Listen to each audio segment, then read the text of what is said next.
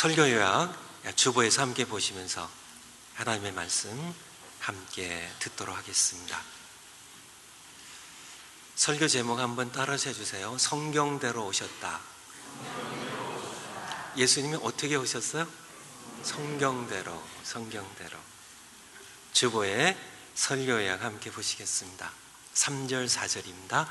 내가 받은 것을 먼저 너희에게 전하였노니 이는 성경대로 그리스도께서 우리 죄를 위하여 죽으시고 장사 지낸 바 되었다가 성경대로 사흘 만에 다시 살아나사. 첫 번째, 창조자 하나님이 우리가 사는 이 세상을 방문하고 가셨습니다. 그 창조자 하나님이 이 땅에 태어나시던 그날 밤에 목자들이 그를 찾아뵙고 경배하게 되었습니다. 그 사건을 누가복음 2장 말씀에서 함께 찾아보시겠습니다. 누가복음 2장 8절부터 보겠습니다.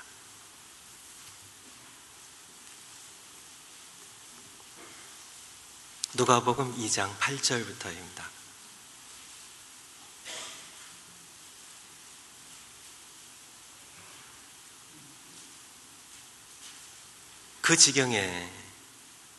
그 지경은 어디냐면 4절에 있는 베들레헴이라는 다윗 동네의 변경에 목자들이 밖에서 밤에 자기 양떼를 지키더니 9절 주의 사자가 하나님 보내신 천사가 그들 곁에 섰습니다.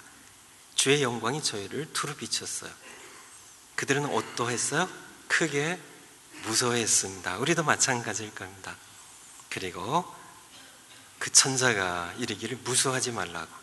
보라, 내가 온 백성에 미칠, 참 이 땅의 모든 백성들에게 미칠 큰 기쁨의 좋은 소식을 너희에게 전하노라고. 11절에 바로 누가 태어나셨어요?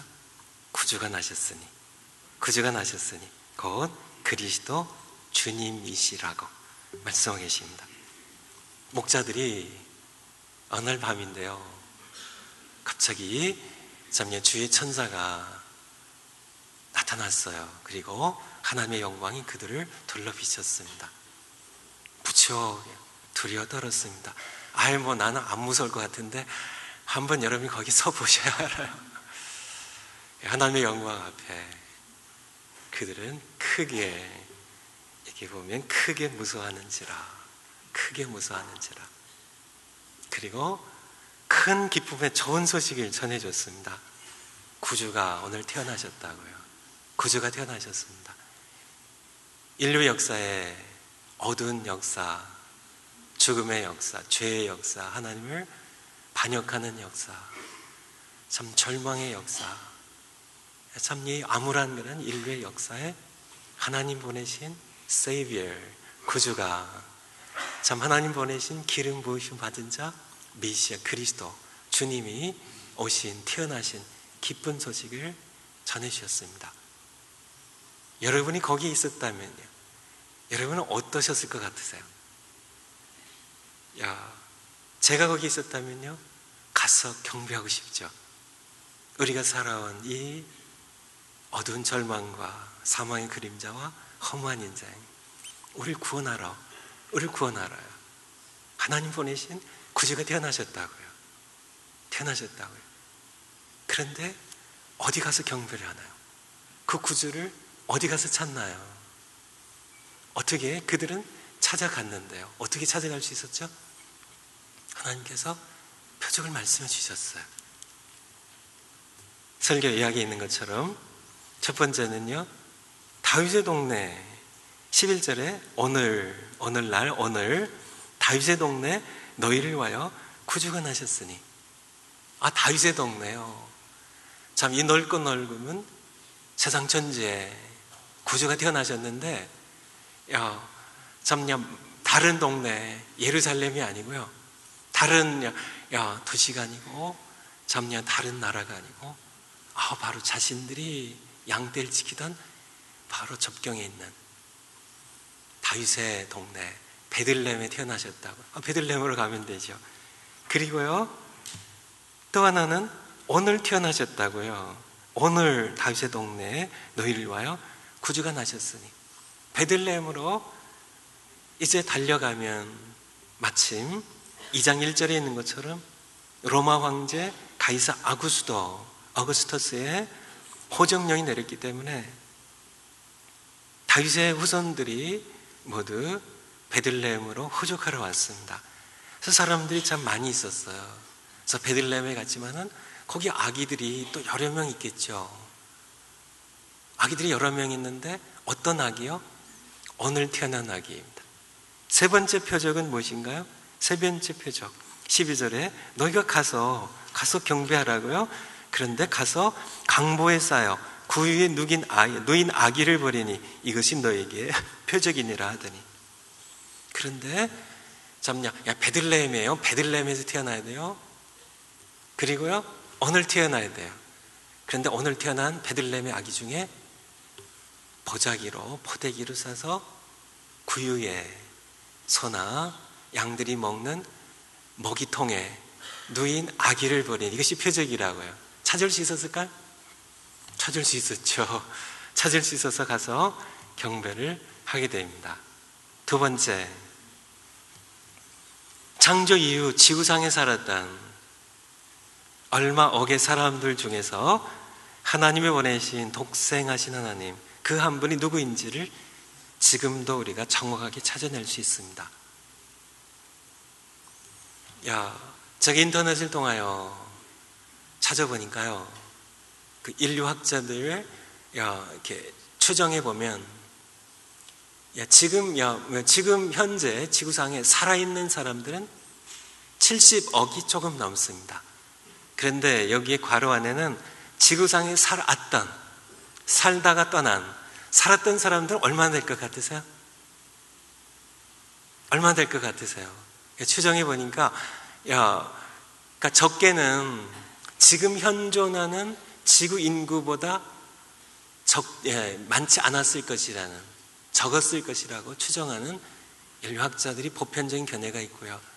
최근에 또 한 견해는 1,050억 정도 됐을 것이라고 주장하는 통계가 미국에서 또 나왔더라고요. 어쨌든 70억에서 1,000억 사이에, 그래서 대략 200억이라고 생각을 하고요. 200억의 사람들 중에 지구상을 살다가 간 분입니다. 200억 가운데 하나님께서 보내신 한 분이 계세요. 200억 명 가운데 한 명입니다. 그분을 지금도 우리가 정확하게 찾을 수 있을 것 같으세요? 찾을 수 있어요. 왜요? 성경대로 오셨기 때문에. 구약 성경의 약속을 따라 성경대로 오셨고, 성경대로 죽으셨고, 성경대로 부활하시기 때문입니다. 첫 번째, 그는 아들이셨어요. 이사야서 9장 6절 한번 찾아보겠습니다. 이사야서 9장 6절 976면입니다. 976면 이사야서 9장 6절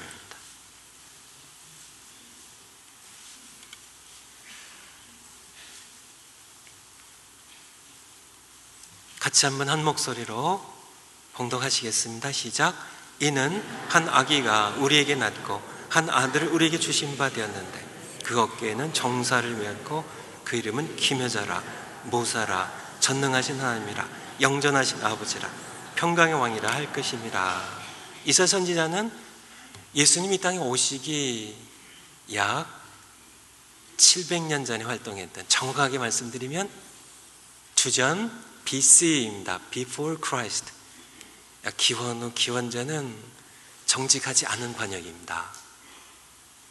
아시죠?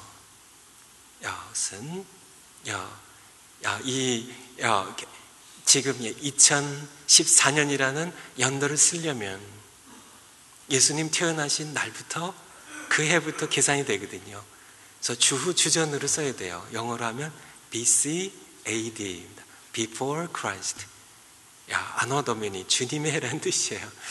어쨌든요, 주전 740년에 이사야는 하나님의 부르심을 받아요. 예수님 이 땅에 오시기 약 700년 전 사람입니다. 하나님께서는 그의 선지자 이사야를 통하여 예수님 이 땅에 오시기 700년 전에, 지금으로부터 약 2700년 전에 예언의 말씀하셨죠. 이는 한 아기가 우리에게 낳고 한 아들을 우리에게 주신 바 되었는데, 그러니까 아들로 메시아가 하나님께서 이 땅에 오실 것을, 그 어깨에는 정사를 메었고 통치자, 왕이란 뜻입니다. 기묘자, 우리가 다 이해할 수 없는 기묘자의 모사, 전능하신 하나님이 아기로, 특히 아들로 태어날 것을 미리 하나님께서 약속을 하셨어요. 영전하신 아버지시라, 우리 존재의 근원으로서의 예수님의 모습이고요. 그는 The Prince of Peace입니다. 평강의 왕으로 이 세상에 오시게 되죠. 그래서 한 아기가 우리에게 낳고 한 아들을 우리에게 주신 바 되었는데, 누가복음에 1장 31절, 누가복음 1장 즐겁게 찾으세요. 너무 신나죠? 1장 31절, 신나는 말씀입니다. 누가복음 1장 31절, 같이 한 목소리 읽으시겠습니다. 시작. 보라, 내가 수태하여 아들 낳으리니 그 이름을 예수라 하라. 한 아기가 우리에게 낳고 한 아들을 우리에게 주신 바 되었는데, 700년 후에 아기가 태어났어요. 아시겠죠? 아기로 태어나시고 아들로 태어나십니다. 아들을 낳으리니, 가브리엘 천사가 마리아에게 하나님의 통지를 전하는 내용입니다. 보라, 마리아 내가 수태하여 아들을 낳으리니 그 이름을 예수하라, 이렇게 하셨습니다. 두 번째, 베들레헴에서 태어나십니다. 미가서 5장 2절, 미가서 5장, 요나서 뒤에 호세아, 요엘, 아모스, 요나, 미가 5장 2절입니다. 1294년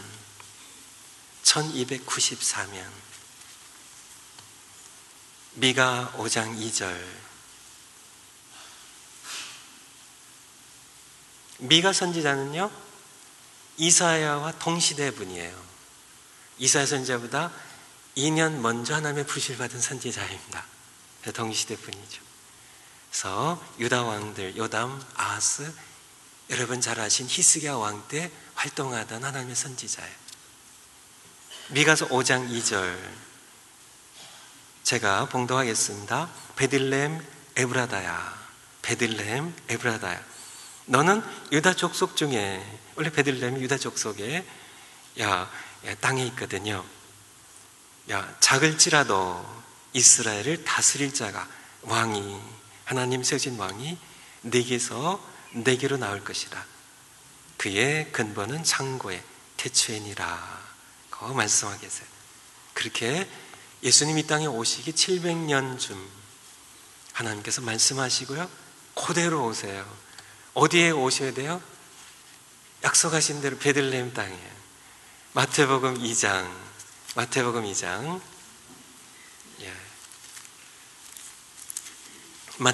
2장 1절부터요. 헤로드 왕 때 예수께서 유대 어디예요? 베들레헴에서 태어나셨습니다. 왜 거기서 태어나셨어? 하나님께서 미리 말씀하시고 성경대로 오신, 동방으로부터, 성경적으로 동방의 표현은 바벨론 땅을 가리킨 성경적 표현입니다. 박사들이 예루살렘에 이르러 말하되 유대인 왕으로 나신 이가 어디 계십니까? 우리가 그의 별을 보았고 경배하러 왔습니다. 헤롯이 큰 소동을 벌이게 되죠. 충격을 듣게 되죠. 그래서 4절에 보면 왕이 모든 대제사장들과 백성의 서기관들 모아 그리스도가 어디서 나겠느냐 물으니 그들이 대답하기를 유대 베들레헴입니다. 이는 선지자로 이렇게 기록된 바. 이 선지자가 누구예요? 700년 전에 미가 선지자예요. 미가 선지자로 이렇게 기록된 바. 유대 땅 베들레헴아, 너는 유대 고을 중에 가장 작지 아니하도다. 내게서 한 다스리는 자가, 통치자가 나와서 내 백성 이스라엘의 목자가 되리라고 하나님께서 미리 성경에 700년에 말씀하셨기 때문입니다. 세 번째, 다윗의 혈통으로 태어나십니다. 이사야서 11장에 보면 다윗의 아버지 이새의 뿌리에서 한 싹이 날 것이라고, 그가 통치자가 될 것이라고 이렇게 말씀하시고요. 물론 마태복음 1장 1절 포함해서요, 다윗의 자손 예수 그리스도에 대하여 성경은 말씀해 주고 계세요. 네 번째, 동정녀의 몸을 통해 태어나셨습니다. 동정녀의 몸을 통해서요. 창세기 3장 15절입니다. 창세기 3장 15절, 여러분들이 가장 자신 있게 쉽게 찾을 수 있는 창세기 3장 15절입니다. 미가서에서 헤맨 분들, 창세기를 빨리 찾으세요. 3장 15절. 창세기 3장 15절. 내가 너를 여자와 원수가 되게 하고 너의 후손도, 누구와요?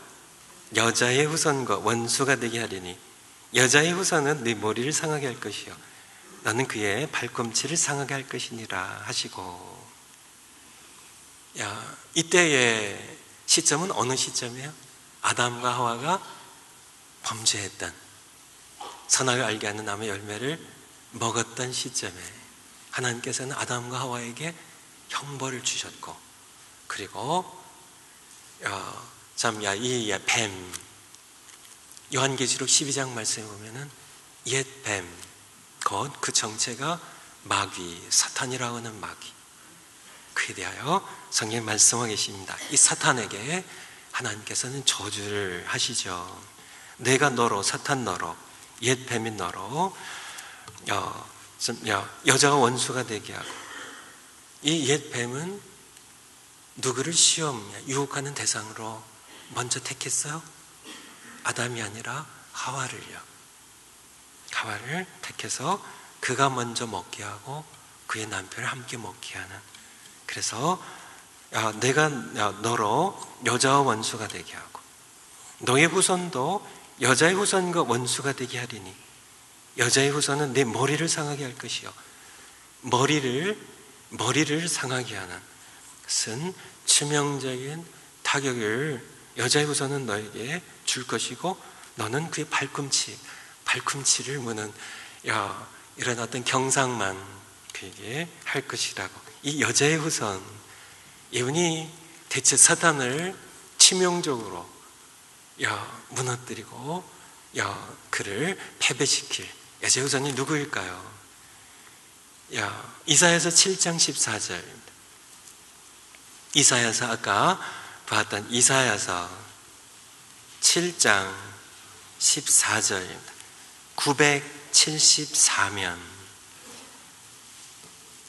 974면 이사야서, 예레미야서 앞에 있습니다. 7장 14절 같이 한번 읽으시겠습니다. 시작. 그러므로 주께서 친히 징조로 너희에게 주실 것이라. 보라, 처녀가 잉태하여 아들 낳을 것이요 그 이름을 임마누엘이라 하리라. 아멘. 징조로요. 너희에게 주실 것이라. 보라, 처녀가 잉태하여 아들을 낳을 것이요. 여인의 후손이 누구이실까요? 처녀가 잉태하여. 우리 모두는 남자의 후손이거나 세상의 모든 족보처럼 남자의 후손이거나 생물학적으로 얘기하면 남자와 여자의 후손입니다. 하지만 여자의 후손으로 남자와 상관없이 태어나는 한 분이 계세요. 바로 여자의 후손입니다. 사탄의 정수리를, 그의 머리를 치명적으로 상하게 할, 십자가에서 상하게 하신 여인의 후손, 그분이 처녀가 잉태하여. 과거에는 동정녀 탄생을 많은 사람들이 믿으려고 하지 않았어요. 그런데 요즘은요, 과학자들도 흉내를 내는 거 아시나요? 동정 출생입니다. 동정 복제예요. 그래서 양을 복제하기도 하고 개를 복제하기도 하고요. 하지만은 하나님의 창조를 하나님 창조하신 생명들 자신들이 조작하는 것에 불과하죠. 하지만 그들도 동정 탄생을 흉내내고 있어요. 하나님께서는 그의 아들을 세상에 보내실 때 마리아를 통하여 동정녀 처녀를 통하여 여인의 후손으로 보내시는 표적입니다. 표적으로 우리에게 보내주셨어요. 신약 성경으로요, 마태복음 1장 23절, 마태복음 1장 23절, 마태복음 1장 23절.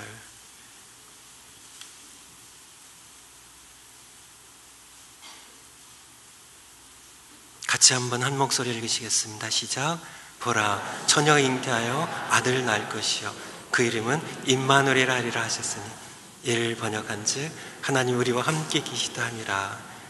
처녀가 잉태하여 아들을 낳을 것이요. 바로 예수님 태어나심에 대하여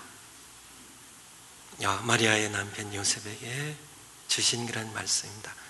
21절에 아들을 낳으리니, 아들을 낳으리니, 그쵸? 한 아기를 우리에게 주셨는데, 참, 아들이 낳는데 우리에게 한 아들을 주셨다고요. 그가 바로 영존하신 하나님이시라고. 우리에게 하나님의 아들이 이 땅에 태어남에 대하여. 그래서 700년 전에 하나님 말씀하시고 성경 기록하시고 700년 후에 그의 아들이 여인의 후손으로 처녀의 몸에서 잉태하여 태어나게 하신 겁니다. 누가복음 1장도 한번 찾아보죠. 누가복음 1장 34절부터입니다. 31절부터 볼까요? 다 봤으면 좋겠지만은 31절 아까 본 대로 보라 내가 수태 아들을 낳으리니. 26절에 있는 천사 가브리엘이 하나님의 보내실 받들어 와서 전한 소식입니다. 32절에 저가 큰 자가 되고 지극히 높으신 이에 하나님의 아들이라 일컬을 것이요 다윗의 위를 통치자가 될 것이고요. 그때 34절입니다. 마리아가 가브리엘 천사에게 말하되 나는 사내를 알지 못하니, 난 사내를 알지 못하니 이런 일이 어찌 가능합니까? 그러니까 이것이 어떻게 가능합니까? 나는 사내를 알지 못하는 처녀인데 어찌 일이 가능합니까? 35절에 천사가 대답하여 그러되 마리아도 믿지 못했어요. 이해가 되지 않았어요. 천사가 대답하여 그러되 성령이 네게 임하시고 지극히 높으신 이의 능력이 너를 덮으시리니 이러므로 나실 바 거룩한 자는 하나님의 아들이라 일컬으리라. 보라 내 친족 엘리사벳도 나이 많았지만은 그가 잉태하게 되었다고. 37절에 되죠. 하나님의 모든 말씀은 능치 못하심이 없느니라 하고 하나님은 창조주의 능력으로 그의 아들을 동정녀의 몸을 통하여 태어나게 하셨습니다. 아까 말씀드린 것처럼 지금까지 우리 앞서 살다가 세상에서 살다가 떠나간 사람들을 대략 200억 명이라고 친다면요, 우리가 그 중에서 하나님 보내신 아버지 품에 있는 독생하신 하나님, 그분이 우리에게 오셨어요. 한 아들 우리에게 주셨어요. 그분을 200억 명 가운데 그 한 분을 찾아내는 겁니다. 여러분이 한번 찾아내 보세요. 첫 번째 그는 아들이셨습니다. 200억 명 가운데 100억 명 정도는 제외됐고요. 아들로 오셨으니까 100억 명 가운데 찾으면 돼. 이제 100억 명 남았습니다. 두 번째, 베들레헴에서 태어나셨어요. 100억 명의 이 세상에 살았던 100억 명의 남자 가운데 베들레헴에 태어난 사람, 거기서 출생한 사람 얼마나 될까요? 하나님만 아시겠죠. 하나님만 아시겠죠. 한 대략 500만 명 정도라고 생각하죠. 그러면 다 제외되고요. 100억 명 가운데 다 제외되고 500만 명 남았어요. 세 번째, 베들레헴에서 태어나셨어도 다가 아니고요. 다윗의 혈통으로, 이세 뿌리에서 다윗의 혈통으로 태어나셔야 돼요. 그러면 500만 명 가운데 얼마가 남을 것 같으세요? 글쎄요. 지난 20세기까지 참 창조 이후로 태어난 사람들 한 50만 명 남고 다 이제는 제외됐어요. 50만 명 가운데 이제요, 네 번째, 동정녀의 몸을 통해 태어나신 여인의 후손 한 명만 남고 전부 탈락입니다. 아시겠죠? 성경대로 우리가 그분을 찾을 수 있도록. 다섯 번째, 로마 제국 시대에 태어나셨습니다. 다니엘서와 누가복음, 또 그 외 성경들 여러분이 집에 가서 찾아보시 바래요. 여섯 번째, 왕이 왕으로 오셨습니다. 그의 어깨는 정사가 맺은 통치자로 오십니다. 왕이셨지만은 어린 나귀를 타고 입성하셨습니다. 스가랴 선지자는요, 스가랴 9장 9절인데요, 포로 기간 이후의 선기자예요. 약 500년 전에요. 정확하게는 학계 선지자와 함께 주전 520년에 부실받은 하나님의 선지자입니다. 그를 통하여 미리 말씀하셨죠. 보라, 네 왕을 보라고요. 그는 겸손하여 어린 나귀를 타고 입성할 것이라고 500여 년 전에 예언하게 하시고요. 성경에 보면, 복음서에 보면 예수님께서는 그의 왕의 도성을 입성하실 때 어떻게 하세요? 보라. 전 그 말씀 그대로요. 겸손하여서 어린 나귀를 타고 입성하시죠. 일곱 번째, 백성의 지도자들에게 버림을 당하셨으나 교회 머릿돌이 되셨습니다. 시편 118편에 보면요, 건축자들의 버린 돌이에요. 예수님은 대제사장들과 서기관들, 바리새인들, 백성의 지도자들에게 버림을 당하셨습니다. 이스라엘 건축자들에게 버림을 받으셔서 십자가에 못 박히시고 죽음을 당하셨어요. 버림을 당하셨어요. 지금 하나님께서는 그를, 건축자들의 버린 돌을 교회의 머릿돌로요, 교회의 모퉁이 돌로요, 교회의 시작되는 돌로 삼으셨음을 성경 스가랴서 9장 9절에 500여 년 전에 예언하시고, 그리고 그대로 시편에 예언하시고 성경에 그대로 이루셨습니다. 여덟 번째, 우리 죄를 지고 대신 죽임을 당하셨습니다. 다시 이사야서 53장인데요, 그가 찔림은 우리의 허물을 인하며 그가 상함은 우리의 죄악을 인함이라. 그가 징계를 받음으로 우리가 평화를 누리고 그가 채찍에 맞음으로 우리가 나음을 입었도다. 우리는 다 양 같아서 그를 행하여 각기 제 길로 갔거늘 여호와께서는 우리 무리의 죄악을 그에게 담당시키셨도다. 그가 도수장에 끌려가는 양처럼, 덜 깎는 자 앞에 잠잠한 양처럼 잠잠히 말없이 그가 끌려가서 산자의 땅에서 끊쳐짐은, 산자의 땅에서 전 끊쳐짐은 채찍과 모든 못 박힘과 피 흘림과 창찔림에 해서 그가 산자의 땅에서, 이 세상의 산자의 땅에서 끊쳐져서 죽은 자의 땅에 묻혀짐은 마땅히 형벌받을 내 백성, 하나님의 백성의 죄악이 때문이었음을 그 시대 누가 알았겠냐고 성경은 우리에게 하나님께서 이사야 선지자를 통하여 말씀하고 계세요. 그대로 예수님께서는 우리 죄를 지고 많은 사람들을 위해 흘리는 나의 피세 언약의 피라고, 예수님께서는 우리의 죄를 지고 성경대로 죽으셨습니다. 아홉 번째, 우리 죄 때문에 하나님의 버리심을 당하십니다. 시편 22편에 보면 다윗의 시편입니다. 내 하나님, 나의 하나님, 어찌 나를 버리셨나이까는 그런 전 부르짖음을 다윗은 거기에 적어놓고 있죠. 예수님께서는, 다윗은 주전 1040년에 태어납니다.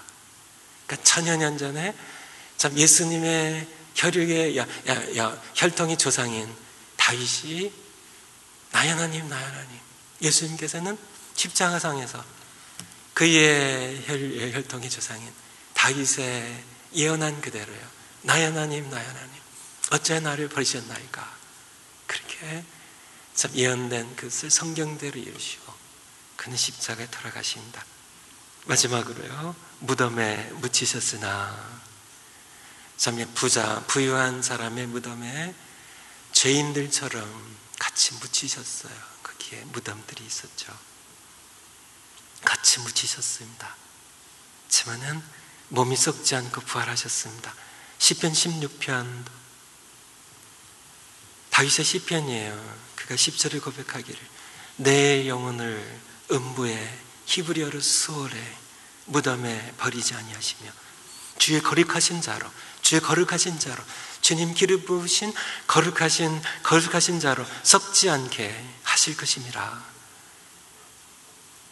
다윗 예수님의 참 혈통적인 조상의 입을 통하여 하나님께서 예언하셨고 하나님께서는 그 후에 천여년 후에 오시는 그의 아들을 무덤에 버리지 아니하셨고 죽은 자로 썩지 않게 하시고 다시 살리셔서 그의 시체가 썩지 않도록 살리셔서 우리에게 믿을 만한 증거를 주셨습니다. 사도행전 2장 한번 찾아보겠습니다. 사도행전 2장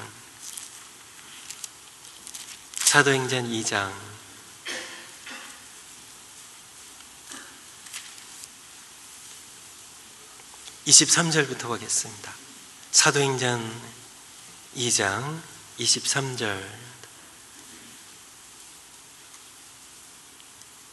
그가 하나님의 정하신 뜻과 예수님께서 하나님의 정하신 뜻과 미리 정하시고 약속하시고 예언하시고 말씀하신 거기 담긴 하나님의 뜻과 미리 하나님 아신 대로 내어준 바 되었거늘 너희가 법 없는 자의 손을 빌어 못 박아 죽였으나 지금 베드로가 오순절날 이제 모여있는 걸 많은 사람들에게 선포한 내용입니다.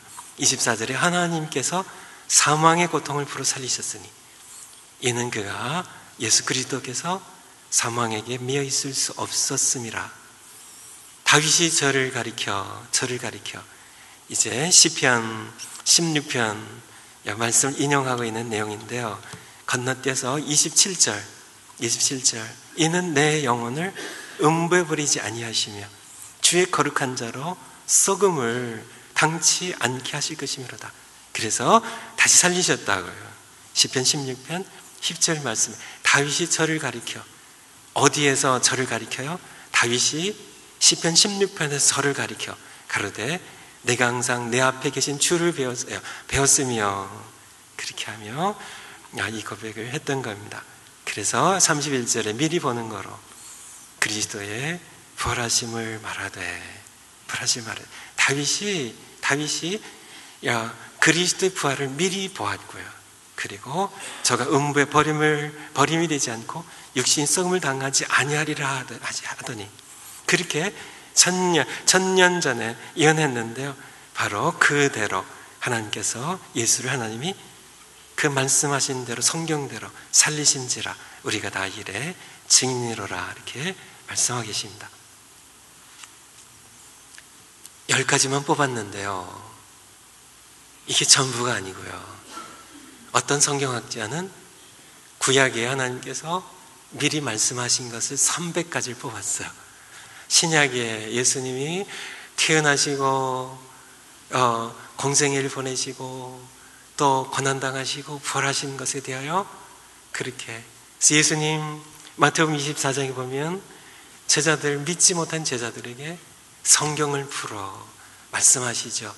자기를 가리켜 모세가 선지자들이 시편에 성경에 자기에 관하여 예언된 그 모든 것들이 성경대로 이루어졌음을 제자들에게 말씀하신 내용입니다. 세 번째, 만물의 창조자이십니다. 요한복음 1장 말씀 지난주일 설교 때 함께 보았죠. 대체 말씀이 계시니라. 이 말씀이 하나님과 함께 계시으니 이 말씀은 곧 대체 말씀이 계시면 성자 하나님 말씀이 계셨어요. 누가 함께 계셨어요? 하나님과 아버지 하나님과 함께 계셨는데요. 이분도 하나님 아들 하나님이심을 우리 말씀해 계시죠. 바로 만물의 창조주신 그분, 만물이 그로 말미암아 지은 바 된 그분 18절에 가보면 아버지 품속에 있는 독생하신 하나님이 우리에게 나타내신 바 됐다고요. 아버지 품속에 계셨던 독생하신 아버지 품에 계신 한 분이신 아들 하나님께서 아버지와 함께 계시다가 14절에 보면 말씀 육신이 되어 우리 가운데 거하심에 우리 가운데 사셔서요. 우리가 육신을 입고 오셔서 우리가 보았고 들었고 주목하였고 손으로 만진 바라고 사도들이 고백하는 그분, 우리를 구원하러 인류 역사의 한 기간에 세상을 다녀가셨습니다. 세상에 오시되 성경이 미리 예언하시고요. 미리 예언하시고 그 말씀대로 정확하게 오심으로 우리가 그분이 하나님이심을 알게 되었습니다. 우리가 이 목자들처럼요. 그 말씀하신 대로 찾아가서 뵙고 경배한 것처럼요. 이 세상을 살아갔던 수많은 그런 사람들 70억에서 1000억에 이를 그 가운데 하나님만 정확히 아실 그 많은 사람들 가운데 딱 한 분을 우리가 구별할 수 있도록 찾을 수 있도록 경배할 수 있도록 영접할 수 있도록 하나님께서는 미리 성경에 많은 10가지가 아니라 많은 것으로 미리 말씀하시고 이 말씀을 성취하는 그가 바로 내 아들일 것이라고요. 저에게 훌륭한 은사들이 많이 계십니다. 그 가운데 정신신학대학원에 저를 키워주신 은사 한 분이 샌프란시스코 공항에 도착하셔서요. 저에게 전화를 하셨어요. 선 목사, 내가 지금 샌프란시스코 공항에 도착했는데 선 목사 집에 내가 어떻게 찾아가면 되지? 제가 사정이 있어서 제가 못 나갔어요. 대신 제 아들을 보냈는데요. 아들? 근데 이 샌프란시스코 공항에 수백 명, 수천 명이 먹으러 가라는 이곳에 내가 얼굴도 모르고 내가 손 목사 아들 내가 어떻게 찾아? 제가 이렇게 보냈습니다. 이 말씀대로 찾으세요. 제가 딸이 아니라 아들을 보냈어요. 첫 번째. 그래서 거기에 예를 들어서 2000명이 있어요. 그러면 절반은 이제 제외가 됐고요. 아들 중에 찾으세요. 두 번째, 걔 아이를 반바지를 입혀서 보냈습니다. 대부분 어른들이 긴 바지 입으니까요. 그래서 1000명이 남았는데 반바지 입은 300명이 남았어요. 그 다음에 이 아이에게 빨간 모자를 씌워서 보냈어요. 빨간 모자를 씌워서 보냈습니다. 300명이 남았는데요. 빨간 모자 씌워서 보낸. 우리 봉철이 거예요. 제가 빌렸어요. 빨간색 좋아해요. 그래서 우리 아들을 빨간 모자를 해서 300명 가운데 빨간 모자를 쓴 사람이 드물죠. 흔치 않죠. 한 명이거나 2명이나 3명 되겠죠. 빨간 모자를. 그리고 우리 아들을, 제 아들을 찾게 하기 위해서 신발을 왼쪽에는 싼 노란색 구두를 신겼고 오른쪽은 맨발로 내보냈습니다. 그래서 이제 교수님이 찾는데요. 여자들은 다 빼고 아들, 그래 남자, 그래 아들 가운데 긴 바지 필요 없고 반바지 그리고 빨간 모자 저기 있네 해서 가서 빨간 모자 보고요. 발을 내려다보고요. 진짜 센 노란 구두에 맨발이네. 한 명 찾더라고요. 하나님께서 하신 겁니다. 하나님께서 그 아들을 보내시면서요. 그 아들을 보내시면서 아담의 타락 후에 이미 말씀하셨어요. 여인의 후손으로 내 아들을 아들로 태어나게 하겠다고요. 아들로 태어나겠다고. 그리고 그 많은 태어난 아들들 가운데 베들레헴에 태어나게 하겠다고. 베들레헴에 태어나는 아들들 가운데 여인의 후손으로 태어나게 하겠다고. 빨간 모자를 확인하며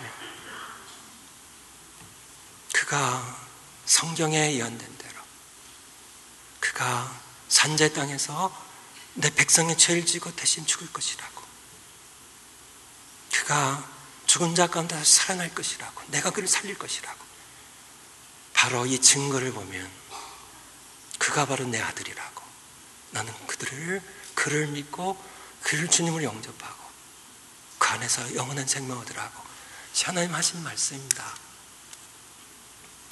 사람들이 아직도 믿지 않는 것은 증거가 없기 때문이 아닙니다. 증거를 주셨어요. 분명한 증거입니다. 한번 찾아보세요. 성경 찾아보시고요. 세상의 역사를 한번 찾아보세요. 전 증인들의 증언 한번 들어보세요. 그분이 지금도 살아계십니다. 살아계셔요. 무덤에 계시지 않고요. 그분이 그렇게 오셨습니다. 베들레헴에 오셨어요. 다윗의 후손으로 오셨어요. 동정을 통하여 태어나셨어요. 그가 우리 죄를 지고 죽으셨어요. 그렇게요. 다윗이 성경에 말씀하셨습니다. 우리로 분별할 수 있도록이요, 우리가 찾을 수 있도록이요, 200명이 200억이고 1000억이고 상관없이요, 그 많은 사람들 가운데 한 사람, 하나님 보내신 독생자신 하나님을 우리가 알 수 있도록 하나님께서는 정확하게 해요. 미리 말씀하셨고 그 말씀을 성취하는 그 한 사람이 바로 내 아들이라고요, 너희의 구주라고요, 참 그리스도 주심이라고요. 아직도 믿지 않는 것은 핑계입니다. 교만이고 고집이에요. 들으려고 하지 않기 때문입니다. 찾아보지 않으려고 하기 때문이에요.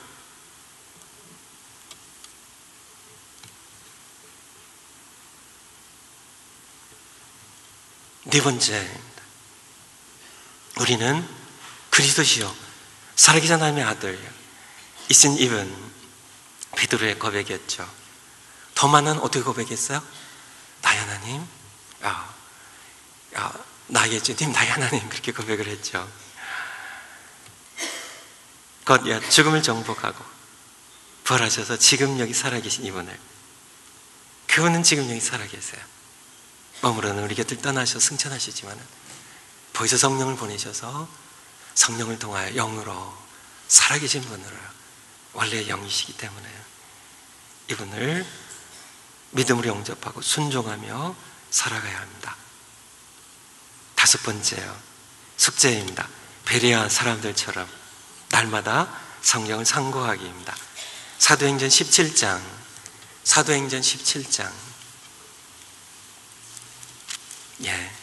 설교가 거의 끝나가니까요, 용기를 내셔서 힘을 내셔서 사도행전 17장 11절, 사도행전 17장 11절, 베레아 사람은 데살로니가에 있는 사람들보다 더 신사적이어서, 마음이 더 착해서요, 더 고상해서요, 간절한 마음으로 말씀을 받고, 여러분 오늘 하나님의 말씀을 베레아 사람들처럼 간절히 받고 계신가요? 간절히 받으셔야 됩니다. 진심으로 받으셔야 돼요. 온 마음 다해 받으셔야 돼요. 베레아 사람들은 간절한 마음으로 말씀 받았습니다. 그리고 그래서 끝난 게 아니에요. 이것이 그러한가요? 정말 이것이 사실인가요? 날마다 성경을 상고함으로 우리가 그렇게 해야 돼요. 정말 여기 성경 구절들을 많이 적어놨는데요, 여러분들이 정말 그런가 함께 봤는데요, 집에 가서 날마다입니다. 이 주변 말씀들을 다 포함해서 날마다 이것을 깊이 살펴보셔야 돼요. 정말 그런가? 그 결과는 어떻게 돼요? 12절에 날마다 성경을 그러한가요? 이것이 사실인가요? 날마다 성경을 상고함으로, 그러므로 그 결과 그 중에 믿는 사람이 많고, 아시겠죠? 여러분이 이 말씀을 숙제해요. 오늘 함께 읽었던 이 말씀들, 또 읽지 않았던 말씀들 여러분이 살펴보시면서 정말 그러한가? 정말 그러한가? 살펴보시면요, 부활하신 예수님께서 그의 영이신 성령을 통하여 여러분 찾아가실 겁니다. 말씀 통하여 언젠가 부딪힐 거예요. 어려서부터 모태 신앙으로 신앙생활 하셨건, 여러분이 어떻게 교회에서 봉사하셨건 상관없이요, 아직 부활하신 살아계신 나의 창조자이신 참 내 생명 지으신 더 살아계신 영원하신 이 부활하신 주님, 여러분의 삶 가운데 만나지 못한 분들은 성경을 참고하세요. 살아계신 분입니다. 말씀하시고 행동하시고 들으시는 분이에요. 구원하시는 분입니다. 내 마음문을 두드리신 분이에요. 내가 문 밖에서 두드린다고요. 말씀하신 분입니다. 이제까지 미지근한 신앙생활 그저 정말 살아계신 예수님 진정히 그냥 아직도 무덤에 계신 것처럼 그렇게 염려하며 걱정하며 죽음이 두려워서 세상의 욕망 따라 그렇게 살아가며 반복하는 다람쥐 쳇바퀴 돌리듯이 그렇게 살아가는 이 삶을 이제 지금까지 사는 것을 족하지 않나요? 이젠 이 삶이 이제 우리도 사도행전의 사도들처럼요, 하나님께서 우리를 초청하고 계세요. 예수님 부활하셔서 살아계셔서 말씀하고 계십니다. 그분을 영접하고 믿고 영접하고 순종하며 그분은 통치자세요. 완왕의 왕이십니다. 살아가야 합니다. 그러기 위해서 숙제 베레아 사람들처럼 하시기 바라요. 고린도전서 15장 3절 4절을 날마다 10번 이상 소리내어 즐겁게 읽기입니다. 지난주일 숙제 가운데 하나는 뭐였어요? 사도행전 17장 30절 31절입니다. 날마다 10번 이상이에요. 이처럼 날마다 10번 이상이에요. 그러면 오늘까지 최소한 몇 번 이상 읽고 오셔야 됐을까요? 70번 이상 읽고 오셨어야 돼요. 70번 이상 읽고 오신 분들은 하나님 앞에 착한 분들입니다. 안 읽고 오신 분들은 여러분들이 아시겠죠? 착한 거에 반대로요. 하나님 앞에 하나님께서 여러분들의 진심을 보실 거예요. 이거 10번씩 읽어서 그래요. 읽으세요.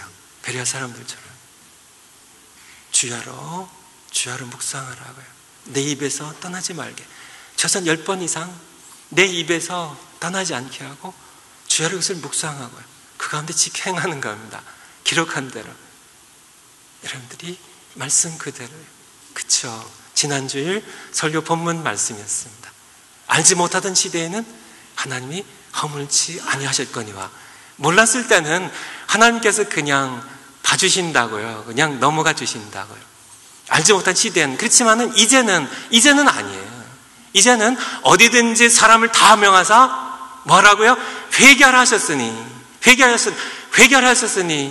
이는 정하신 사람을 하여금 천하를 공의로 심판하실 날을 작정하시고, 심판하실 날을, 저희 심판 날을 작정하셨습니다. 작정하셨지만은 심판하기 전에 은혜의 기회를 주세요. 심판 전에 돌아올 수 있도록. 심판하실 날을 작정하시고 이에 저를, 심판하지 하나님의 아들을 죽은 자 가운데 다시 살리신 것으로, 모든 사람이 믿을 만한 증거를 주셨음이니라. 회개하고 돌아올 수 있도록. 심판날 전에. 얼마나 깊은 말씀이에요. 얼마나 중요하고 소중한 말씀이에요. 그것을 읽어가는 겁니다. 읽는 겁니다. 9월, 10월 2달간 유튜브에 C 채널이라고 이렇게 치면 나와요. 선교 방송 채널입니다. 오직 주만이 춘전 한마음께 성도님들의 간증 매주 보기예요. 목장에도 본 것 가운데 하나를 선택해서 보시라고 이렇게 숙제를 이렇게 목장 진행 안에 넣어드렸는데요. 여러분들이 보세요. 바로 성경대로 이 땅에 오신 부활의 주님을 만난 분들의 간증입니다. 참 여러 사람들이 많아요. 무당했던 사람, 알코올 중독자 된 사람, 대인 기피증에, 사회공포증에 시달렸던 사람, 여러 많은 사람, 모두 신앙이었는데 형식적인 종교 생활에만 있었던 그런 사람, 별 사람들이 다 함께 거기에 와서 부활하신 주님을, 성경대로 오신 주님을 만난 산 간증들이에요. 여러분들이 어린아이처럼 한번 보세요. 우리 연세 드신 분들은 손자, 손녀나 아들, 며느리에게, 딸에게 좀 이렇게 틀어달라고 그렇게 해주세요. 하시 바랍니다. 성경, 그리고 암송하기. 어떻게 암송하기요? 즐겁게 함성하기. 저도 즐겁게 함성하고 있어요. 얼마나 좋은지 몰라요. 이 말씀이 언젠가는 이 말씀이 통로가 되어서 이 말씀을 통하여 부활하신 주님이 여러분에게 부딪혀 오실 겁니다. 만나러 오실 거예요. 언젠가 그날이 속히 오길 바라요. 10월 전에 오길 바라요. 기도하시겠습니다.